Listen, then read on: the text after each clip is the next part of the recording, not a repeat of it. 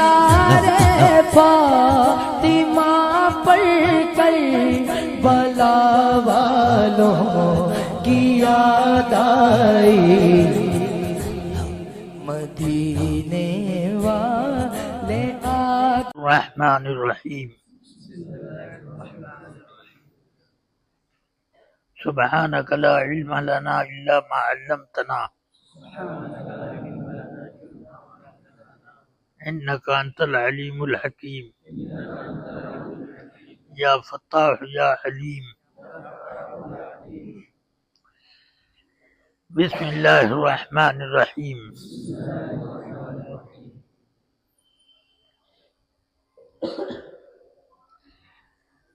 باب قول اللہ ونضع الموازین القسط لیوم القیامہ وأن أعمال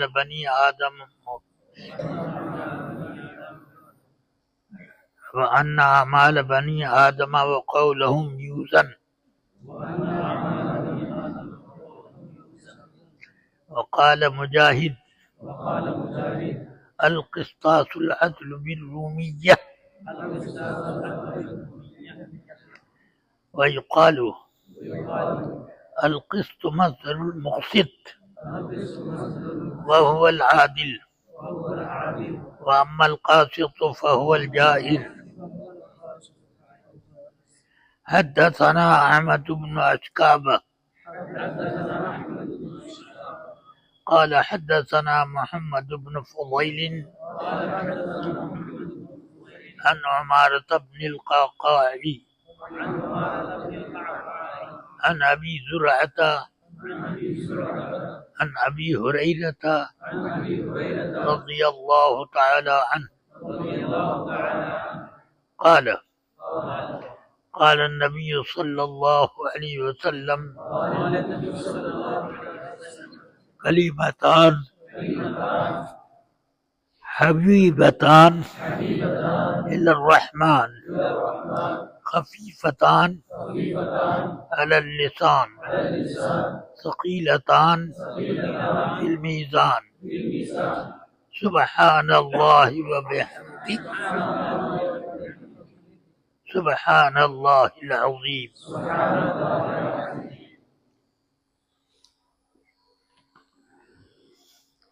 بخاری شریف کا یہ آخری باب اور آخری حدیث ہے. اس میں امام بخاری نے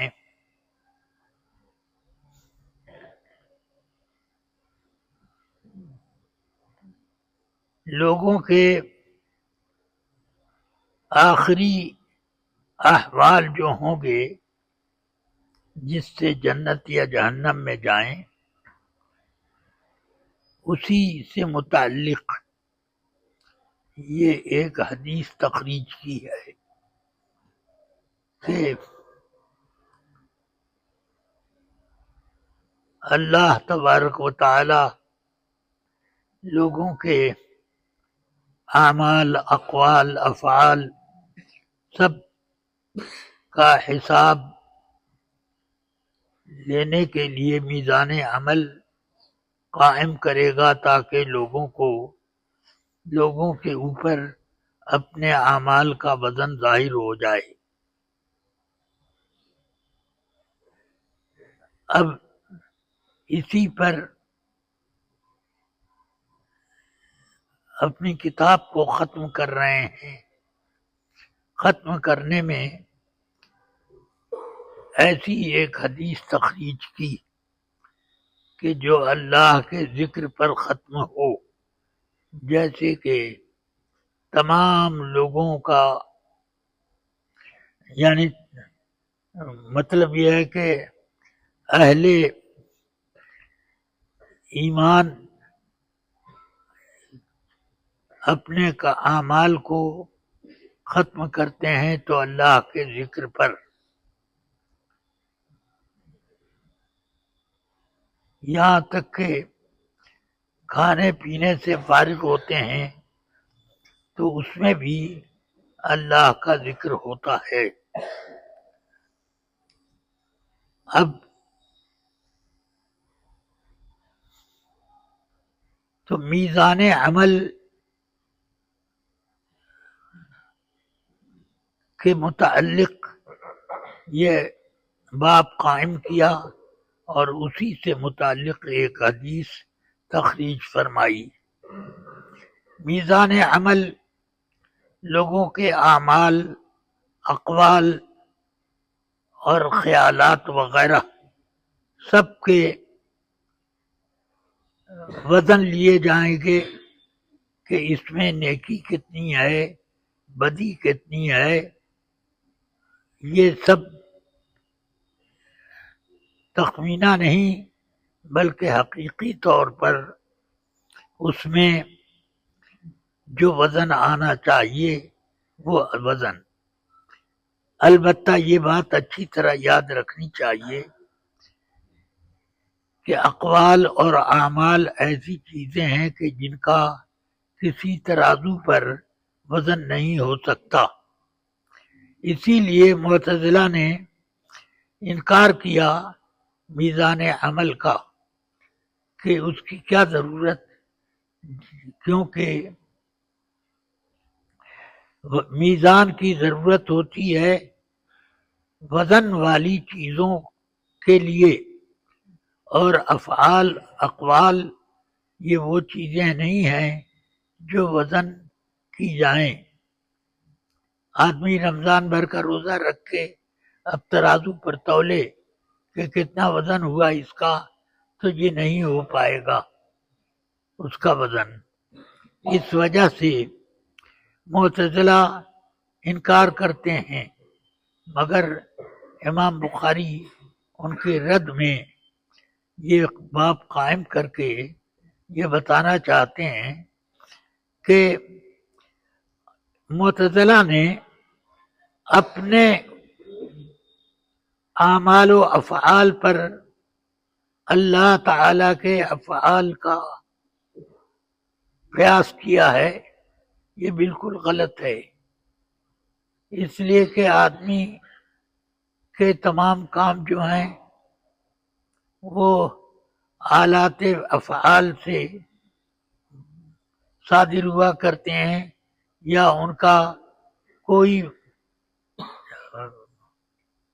یہ اس سے کوئی غرض متعلق ہوتی ہے۔ اللہ تبارک و تعالی اغراض سے پاک ہے۔ اب یہ فرماتے ہیں کہ آخری باب، اس میں باب کا عنوان قرآن عظیم کی ایک آیت کا حصہ رکھا، باب قول اللہ وَنَضَعُ الْمَوَازِينَ الْقِسْطَ لِيَوْمِ الْقِيَامَةِ۔ باب ہے کہ اللہ تعالی کا فرمان ہے کہ ہم میزان قائم کریں گے عدل کے لیے قیامت کے دن، یعنی قیامت کے دن ہم میزان رکھیں گے تاکہ لوگوں کے اعمال کا اس میزان پر جائزہ لے کر ان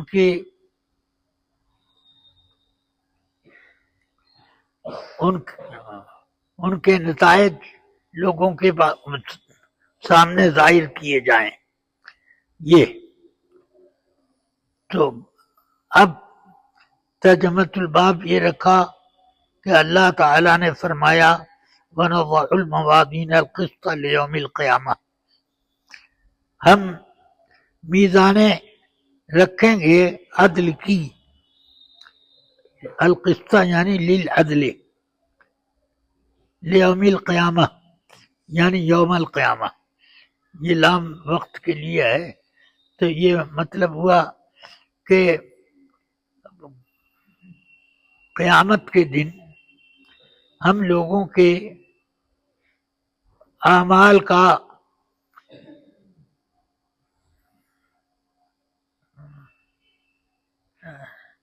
وزن اس لیے لیں گے تاکہ ظاہر کر دیا جائے کہ ان کے اعمال میں نیکی اور بدی کا وزن کس توازن سے آتا ہے؟ وَنَضَعُ الْمَوَازِينَ الْقِسْطَ لِيَوْمِ الْقِيَامَةِ، قیامت کے دن ہم میزان قائم کریں گے عدل کے لیے. تو عدل کے لیے کا مطلب عدل کو ظاہر کرنے کے لیے. ان اعمال بنی آدم، اور یہ بھی ترجمۃ الباب کا ایک جز ہے کہ اعمال بنی آدم اور ان کے اقوال یہ وزن کیے جائیں گے. اعمال سے اعمال جوارح اور اعمال قلوب دونوں مراد ہیں، اور عمل میں قول بھی آتا ہے، مگر یہ آدمی کا اس کا یہ زبان سے یہ قول ادا ہوتا ہے. اور بعض صورتیں یہ بھی ہیں کہ قول زبان کا بھی ہوتا ہے، قلب کا بھی ہوتا ہے.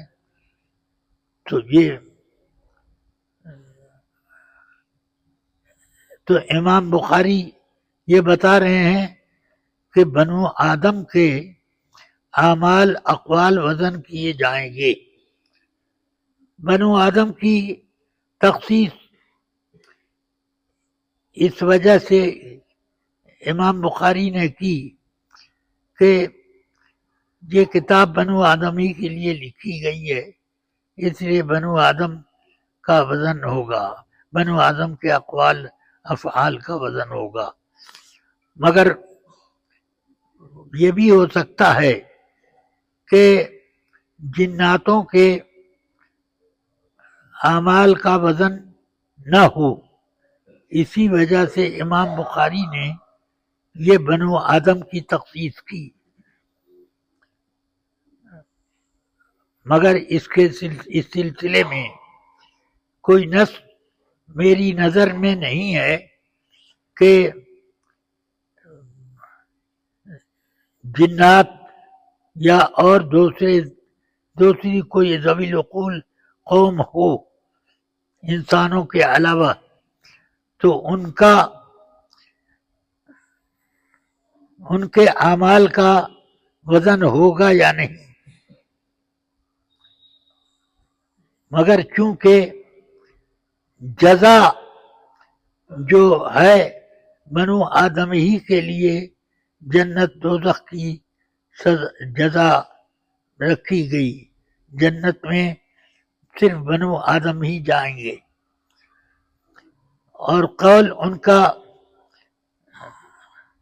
یہ بھی وزن کیا جائے گا، یعنی بنو آدم کے اعمال بھی اور اقوال بھی دونوں وزن ہوں گے. حضرت مجاہد نے کہا کہ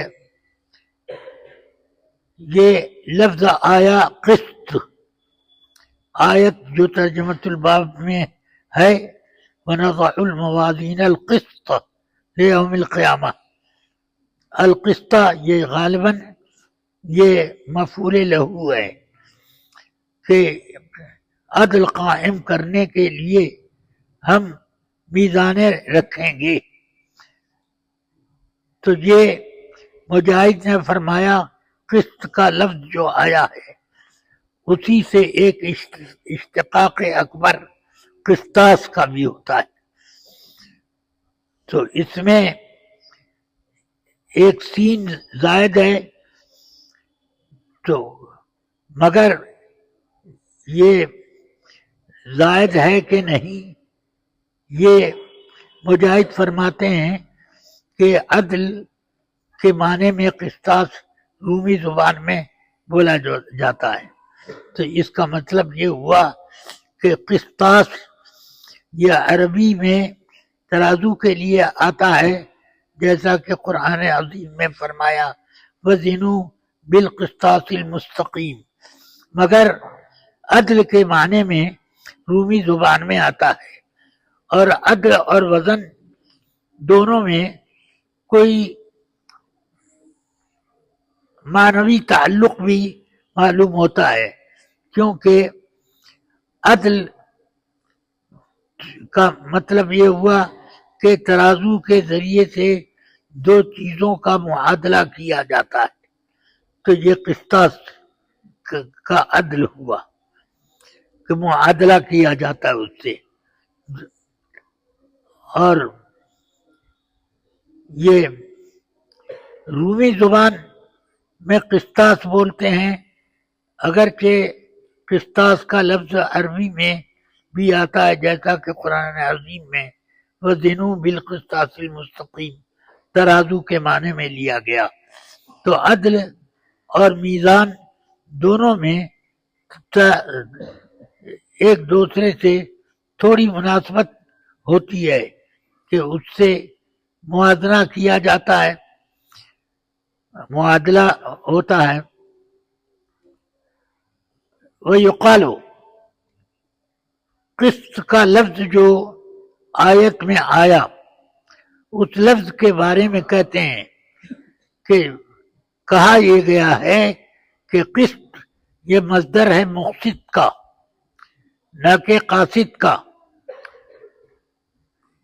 یعنی جو آیت میں نضع الموازین القسط لیوم القیامہ یہ قسط کا لفظ آیا، یہ قسط مصدر مقسط کا ہے، یعنی باب افعال میں اقساط آتا ہے، اسی کا یہ ہم معنی ہے، مرادف ہے قسط.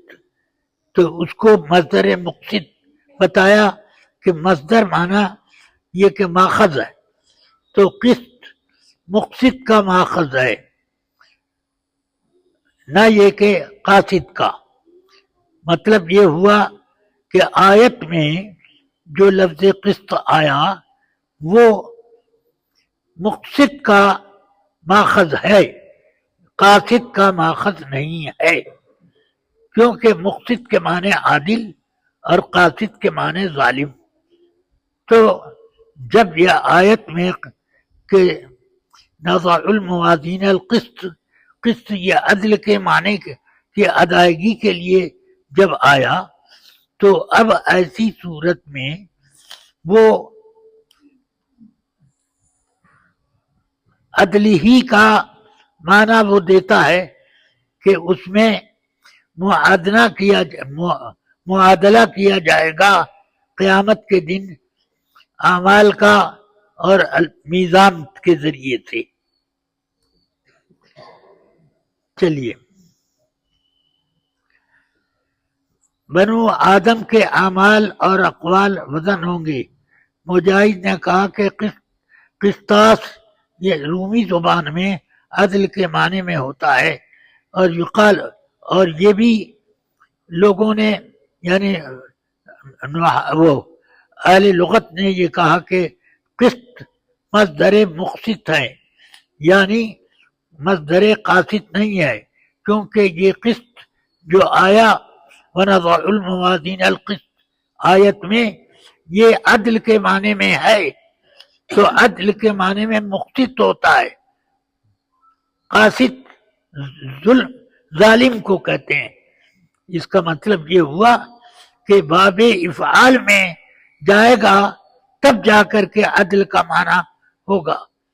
ویسے صرف لفظ قسط استعمال کریں تو یہ عدل کے معنی میں آ جائے گا، مگر اشتقاق کے ذریعے سے جب معنی قسط کا ظاہر کیا جائے تو باب افعال میں جا کر وہ عدل کا معنی نکلے گا، اور اگر مجرد میں رکھیں تو وہ ظلم کے معنی میں ہوگا، جیسے کہ قرآن مجید میں فرمایا کہ اما القاسطون فکانوا لجہنم حطبا، کہ قاسطین جہنم کا ایندھن بنیں گے. تو اب قاسط یہ قسط کی گردان میں آیا، تو یہ قاسط یہ قسط جو بمانے اقساط یعنی بمانے عدل آتا ہے، اس کا یہ قاسط اس کا یہ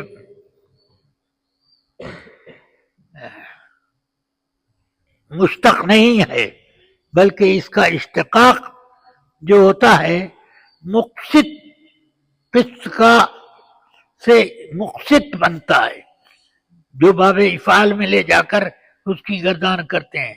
تو قسط مصدر ہے مقصد کا نہ کہ قاصد کا. جو کون سا قسط؟ جو کہ آیت میں آیا وَنَضَعُ الْمَوَازِينَ الْقِسْطَ، وہ قسط جو ہے وہ مقصد کا مصدر ہے، اور وہ عادل کے معنی میں ہوا مقصد عادل کے معنی میں. لیکن اگر قسط کا اشتقاق مجرد سے کیا جائے تو وہ قاصد ہوگا، اور قاصد کے معنی عادل ہرگز نہیں آ سکتا، بلکہ اس کا معنی ظالم کا آتا ہے، جیسے کہ خود قرآن عظیم میں فرمایا وَأَمَّا الْقَاسِطُونَ فَكَانُوا لِجَهَنَّمَ حَطَبًا. چلیے اب اس کے بعد امام بخاری حدیث تخریج کر رہے ہیں یہ بتانے کے لیے کہ میزان عمل قیامت میں رکھا جائے گا اور اس میں اعمال وزن کیے جائیں گے. تو اسی کے لیے یہ ترجمۃ الباب میں قرآن مجید کی ایک آیت کا ٹکڑا لیا تھا. چلیے احمد ابن اشکاب نے ہم کو حدیث سنائی. وہ کہتے ہیں کہ ہم کو حدیث سنائی محمد ابن فضیل نے عمارہ ابن القعقاع سے روایت کر کے، وہ ابو زرعہ نے حضرت ابو ہریرہ سے روایت کی رضی اللہ تعالی عنہ. فرماتے ہیں حضرت ابو ہریرہ رضی اللہ تعالی عنہ کہ نبی اکرم صلی اللہ علیہ وسلم نے ارشاد فرمایا کلمتان حبیبتان، دو جملے ہیں جو اللہ کو بہت محبوب. یہ کلمتان یہ نحو اور صرف والا کلمہ نہیں ہے، بلکہ یہ لغت والا ہے. لغت میں کلمہ اور کلام دونوں کا ایک معنی ہے. گفتگو کہتے ہیں کلمہ بھی اور کلام بھی. وَكَلَّمَ اللَّهُ مُوسَىٰ تَكْلِيمًا، یہ آیا.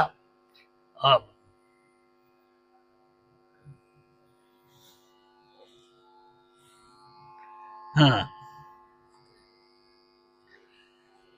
کلمتان، کلمہ کا یہ تثنیہ ہے، اور کلمہ کلام کے معنی میں تو اس کا مطلب کہ دو جملے ایسے ہیں کہ حبیبتان جو اللہ کو بہت محبوب، مگر اللہ حبیبتان الی اللہ نہ کہہ کر رحمان کہا، اس بات کو بتانے کے لیے کہ بندوں کا کوئی بھی عمل محبوب ہو تو یہ بندے کے عمل کی وجہ سے نہیں بلکہ اللہ کی رحمت کی وجہ سے. سمجھ میں آیا؟ یعنی بندے نے عمل کیا تو وہ عمل بندے کا ضرور ہے، مگر اس کی مقبولیت کا مدار بندے کا عمل ہونا نہیں ہے بلکہ اللہ کی رحمت پر ہے. اسی لیے یہ حبیبتان کے بعد الی الرحمن کہا گیا، الی اللہ نہ کہا گیا. کیا مطلب ہوا کہ ہم جو بولتے ہیں تو ہمارے دو جملے جن کے بارے میں بتایا جائے گا کہ یہ محبوب ہیں اللہ کو، تو یہ بتا رہے ہیں کہ اللہ کو نہیں ہم نے کہا بلکہ یہ کہا رحمان کو. تو رحمان کا مطلب یعنی مقبولیت کی علت راجع ہے رحمان کی رحمت کی طرف. سمجھ میں آیا؟ ہاں. خفیفتان علی النسان، قاعدہ تو یہ ہے کہ جو چیز زیادہ محبوب ہوگی وہ زیادہ دشوار ہوگی. اسی لیے علماء فرماتے ہیں احب الاعمال الی اللہ احمدها، اعمال میں زیادہ محبوب اللہ کو مشکل اعمال ہیں، احمدها مشکل کٹھن، سمجھ میں آیا؟ کٹھن جن کاموں کو کرنا مشکل ہوتا ہے اس میں اللہ کے ہاں زیادہ ثواب ہوتا ہے، یہ کہنا چاہتے ہیں۔ مگر تو حبیبتان الی الرحمن کا کر کے یہ اشارہ کیا کہ دونوں جملے جو اللہ کو محبوب ہیں تمہارے پڑھنے کی وجہ سے نہیں، بلکہ وہ ان کا محبوب ہونا اللہ کی رحمت ہے، اور کوئی بھی چیز اللہ کو پسند آتی ہے وہ اس کی رحمت سے ہے، نہ یہ کہ آدمی محبوبیت کا درجہ حاصل کر لیتا ہے اپنے عمل سے، یہ نہیں بلکہ اللہ کی رحمت سے۔ اسی لیے حدیث شریف نے فرمایا لا يدخل الجنت احد الا برحمت اللہ، جنت میں کوئی رحمت الہی کے بغیر نہیں جا سکتا، اپنے اعمال کردار کی وجہ سے نہیں جائے گا، بلکہ جائے گا تو کس اللہ کی رحمت سے۔ چلیے، تو یہ اللہ کو بہت محبوب ہیں، تو اللہ کے وہ کلمہ اسم ذات ذکر کرنے کے بجائے رحمان کی صفت سے اس کو ذکر کیا، یہ بتانے کے لیے کہ محبوبیت ان دونوں جملوں کی رحمت الہی سے ہے۔ چلیے، خفیفتان علی اللسان، زبان پر بڑے ہلکے آسان، کہ عربی زبان میں ایسے بھی کلمات ہیں جو ادا کرنے میں زبان کے اوپر کافی دباؤ پڑتا ہے اور منہ کا جغرافیہ بھی بدلنے لگتا ہے ادا کرتے ہوئے، مگر یہ اللہ تبارک و تعالی کی رحمت ہی ہے کہ اس نے ان دونوں محبوب ترین جملوں کو بہت آسان بنا دیا ہے، ورنہ احب الاعمال الی اللہ احمدها، قاعدہ یہ ہے کہ احمد یعنی مشکل اور دشوار جو کام ہے وہ اللہ کو محبوب ہوتا ہے، یا اللہ کو محبوب جو کام ہے وہ زیادہ دشوار ہوتا ہے، بندے کی قدرت اس میں تھکنے لگتی ہے۔ خفیفتان علی اللسان، زبان پر بہت ہلکے یعنی آسانی سے وہ ادا ہو جائیں، زبان پر ہینچ پینچ زیادہ نہ پڑے۔ ثقیلتان فی المیزان، زبان پر ہلکے مگر میزان عمل میں بڑے بوجھل، تو اس سے میزان عمل میں بوجھل، تو اس کا اندازہ اس چیز سے ہوگا کہ میزان عمل کی حیثیت کیا ہے اور وہ کتنا بڑا ہے، یہ سب چیزیں دیکھ کر۔ تو میزان عمل کے بارے میں ایک روایت ہے کہ داؤد علیہ السلام نے اللہ سے میزان عمل کی دیکھنے کی آرزو کی، یا رب ارنی المیزان، اے اللہ مجھے میزان عمل دکھا دے۔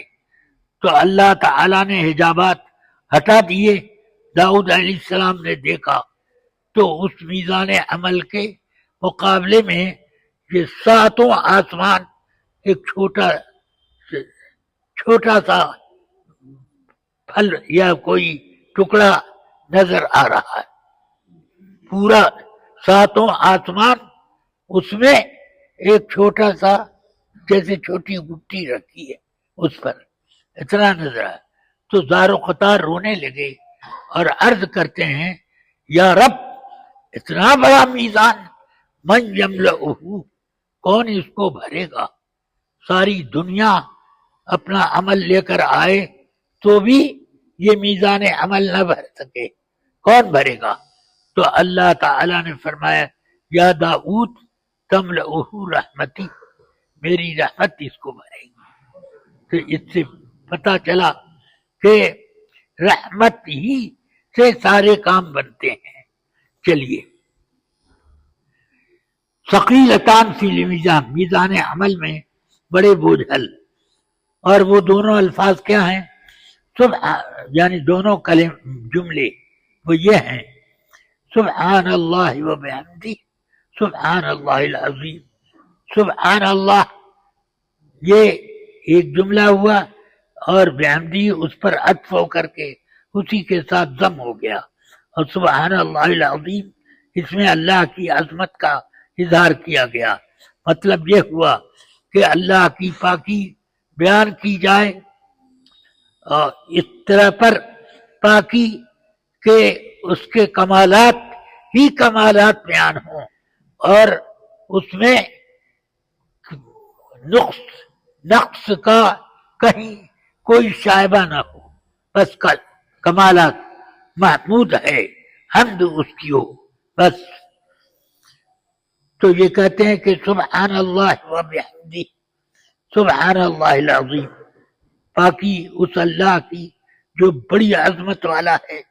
تو بڑی عظمت والا مطلب کیا ہے کہ اے برطرف خیال و قیاس و گمان و وہم وظہر سے گفت اندے و سنیدویں مخاندائیں.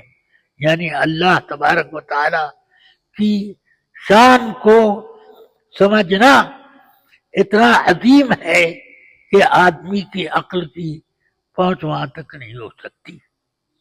ہاں، سبحان اللہ و بحمدہ، سبحان اللہ العظیم، یہ دو جملے ہوئے. ایک حدیث میں فرمایا ایک شخص آئے اور اپنی قسم پرسی اور محتاجی اور پریشانیوں کا سرکار سے ذکر کیا کہ میرے پاس رزق کی اتنی تنگی ہے کہ کھانے پینے کے لیے ہم لوگ محتاج ہو گئے اور ہمیں اس کا انتظام نہیں ہو کر پاتے ہم. تو سرکار نے فرمایا، وہ تو آئے تھے دعا کرانے، مگر سرکار نے فرمایا تم طلوع فجر کے بعد یہ تسبیح 100 مرتبہ ایک ہفتے تک پڑھو، پھر اس کے بعد مجھ سے ملنے آنا. وہ ایک ہفتے تک تسبیح پڑھ کے پہنچے تو فرمایا کہ کیا نتیجہ نکلا.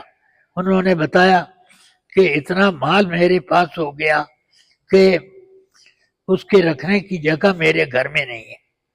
تو اتنا مال، تو وہ تسبیح یہی تھی، سبحان اللہ و بحمدہ، سبحان اللہ العظیم. تو یہ اس طرح سے سرکار نے فرمایا کہ طلوع فجر کے بعد یہ تسبیح پڑھو 100 مرتبہ، سبحان اللہ و بحمدہ، سبحان اللہ العظیم و بحمدہ استغفر اللہ. اس میں بحمدہ استغفر اللہ اتنا زیادہ ہے. تو انہوں نے اپنے معاش کی تنگی دور کرنے کے لیے یہ پڑھی تو ویسا ہی ان کو ثواب ملا.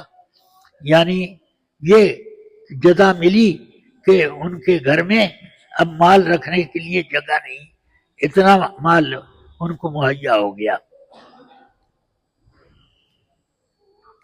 تو اس سے ایک بات اور سمجھ میں آئی کہ محتاجی ایک ایسی چیز ہے کہ ذلت تک آدمی کو پہنچا دیتی،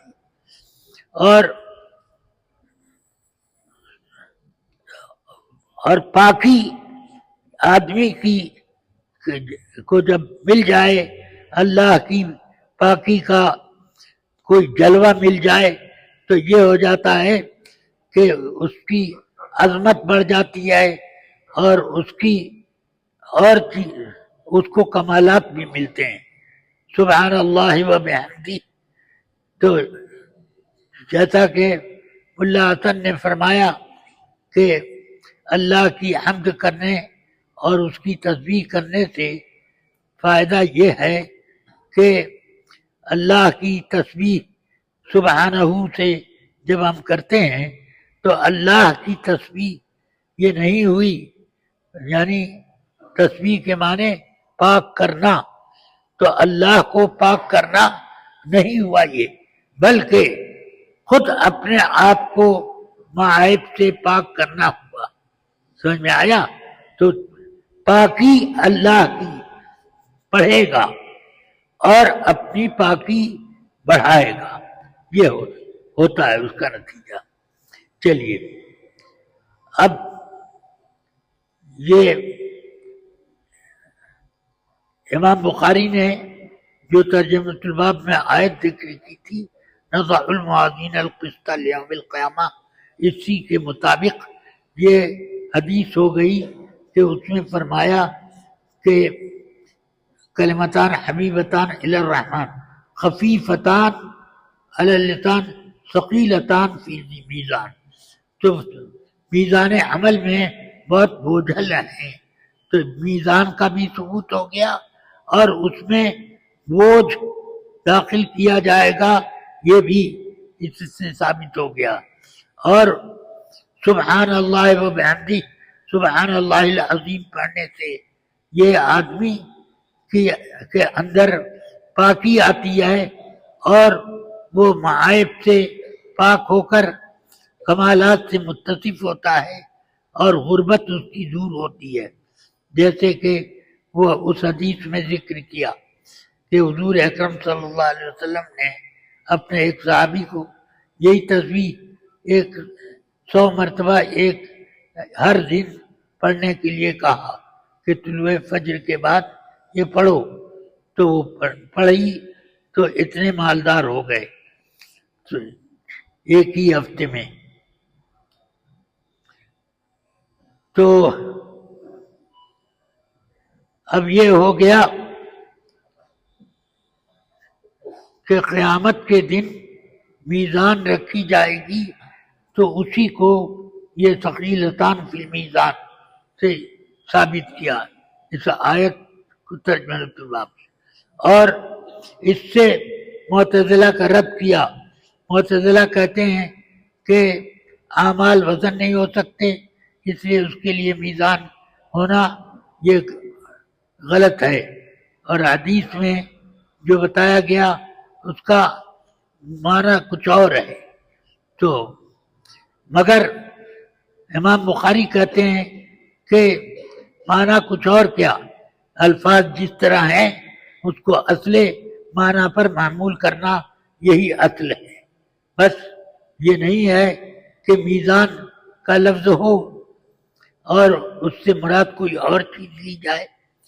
چلیے ثقیلتان فی المیزان، تو میزان میں دونوں بہت بوجھل ہیں، یہ سبحان اللہ و بحمدہ سبحان اللہ العظیم، یہ بھی ہو سکتا ہے کہ سبحان اللہ ایک ہو اور وہ بحمدہ سبحان اللہ العظیم، یہ دو ہو، مگر پہلے جو میں نے ذکر کیا سبحان اللہ و بحمدہ، یہ زیادہ ظاہر ہوتا ہے کہ دو کلمے میں ایک کلمہ سبحان اللہ بحمدہ یہ ہو، اور دوسرا کلمہ سبحان اللہ العظیم، اس میں عظمت کی صفت کے ساتھ اللہ کی پاکی بیان کی گئی۔ چلیے، اور اس میں پہلے جملے میں سبحان اللہ و بحمدہ اللہ کی پاکی اس کے کمالات کی جامعیت کی وجہ سے کی گئی۔ ہاں، دونوں چیزیں مذکور ہیں۔ اللہ تبارک و تعالی ہم سب کو خیر عافیت دے۔ اب یہ اس لیے حضور اکرم صلی اللہ علیہ وسلم نے جو فرمایا کہ یہ دو جملے ایسے ہیں کہ میزان عمل میں بہت بوجھل ہیں، تو اس کا مطلب یہ ہے کہ دو جملے اللہ کو محبوب بھی ہیں اور میزان عمل میں بہت پابند ہیں۔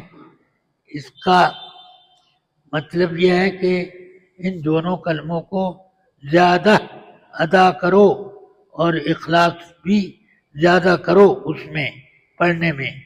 تو اس لیے پڑھیے آپ لوگ بھی میرے ساتھ قال النبی صلی اللہ علیہ وسلم کلمتان حبیبتان الی الرحمن خفیفتان علی اللسان ثقیلتان فی المیزان سبحان اللہ وبحمدہ سبحان اللہ العظیم۔ اس تسبیح کو پڑھنے سے اس لیے رزق بڑھتا ہے، جیسا کہ دوسری روایت میں ہے کہ حضور نے ایک صحابی کو تلقین کی کہ یہ تسبیح پڑھا کرو، تو ایک ہفتے میں وہ بہت مالدار ہو گئے۔ تو یہ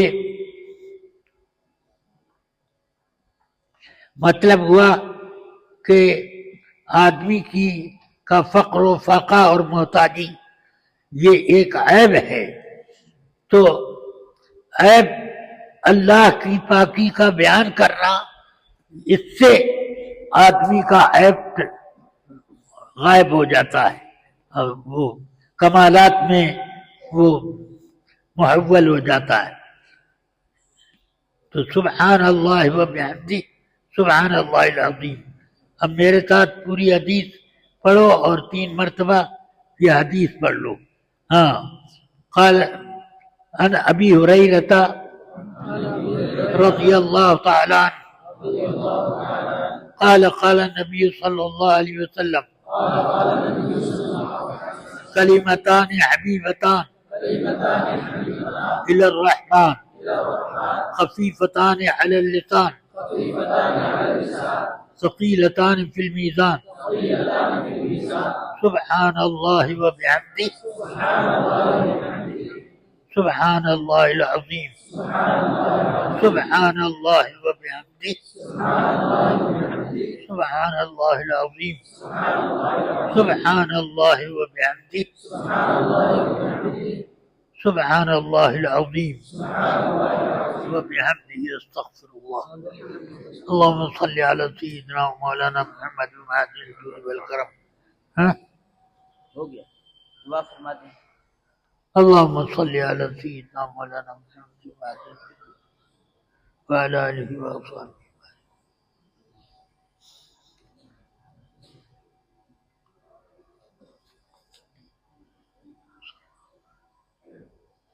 یا اللہ یا رحمان یا رحیم، یہاں جتنے لوگ حاضر ہیں سب کے چھوٹے بڑے گناہوں کو معاف فرما دے، اور جو لوگ کسی عذر کی بنا پر نہیں آ سکے خداوندہ ان کی بھی مغفرت فرما، ہمارے تمام اہل سنت کی مغفرت فرما۔ یا اللہ اپنے حبیب پاک صاحب اللہ صلی اللہ تعالی علیہ وسلم کے صدقے میں ہم سب کو اللہ کی تسبیح پڑھنے کی توفیق عطا فرما، اور خاص طور سے تسبیح کے وہ کلمات جو عقائد عالم صلی اللہ تعالی علیہ وسلم نے تلقین فرمائے اس کو پڑھنے کی توفیق رفیق عطا فرما۔ یا اللہ یا رحمان یا رحیم، ہم سب یا اللہ بے سہارا ہیں، تو اپنی رحمتوں کا سہارا ہم کو عطا فرما۔ یا اللہ اہل سنت و جماعت کی مغفرت فرما، تمام اہل سنت و جماعت کی مغفرت فرما، اور یا اللہ تمام اہل سنت کو محتاجی سے بچا، خیر برکت سے مالا مال فرما۔ یا اللہ ہم سب کو اللہ کی حمد و ثنا کے طفیل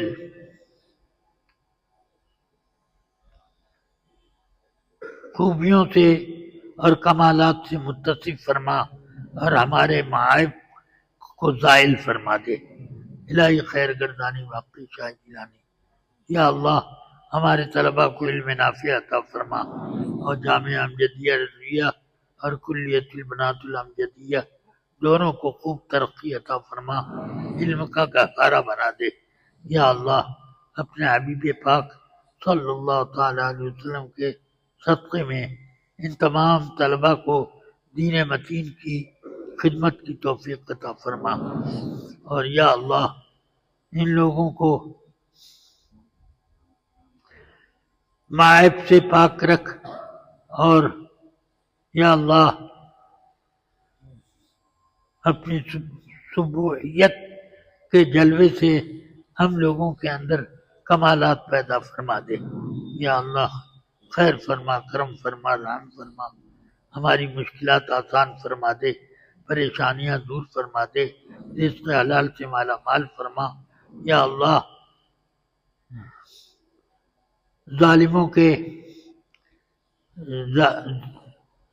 ظالموں کی دسترس سے ہم لوگوں کو دور رکھ۔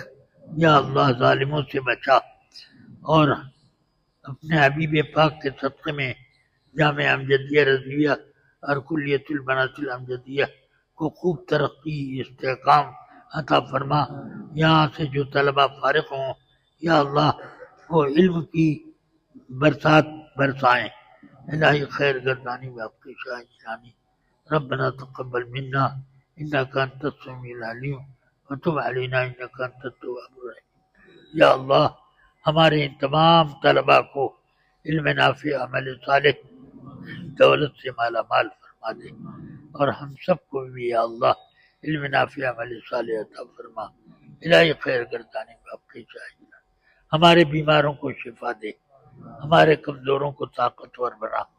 یا اللہ کرم فرما، رحم فرما، سہیل یا الہی کل صعب بحرمت سید الابرار سہیل۔ ربنا تقبل منا انک انت السمیع العلیم وتب علینا انک انت التواب الرحیم، وصلی اللہ تعالی علی خیر خلقہ وقاسم رزقی وسراج افقی سیدنا محمد وآلہ وصحبہ اجمعین برحمتک یا ارحم الراحمین۔ سبحان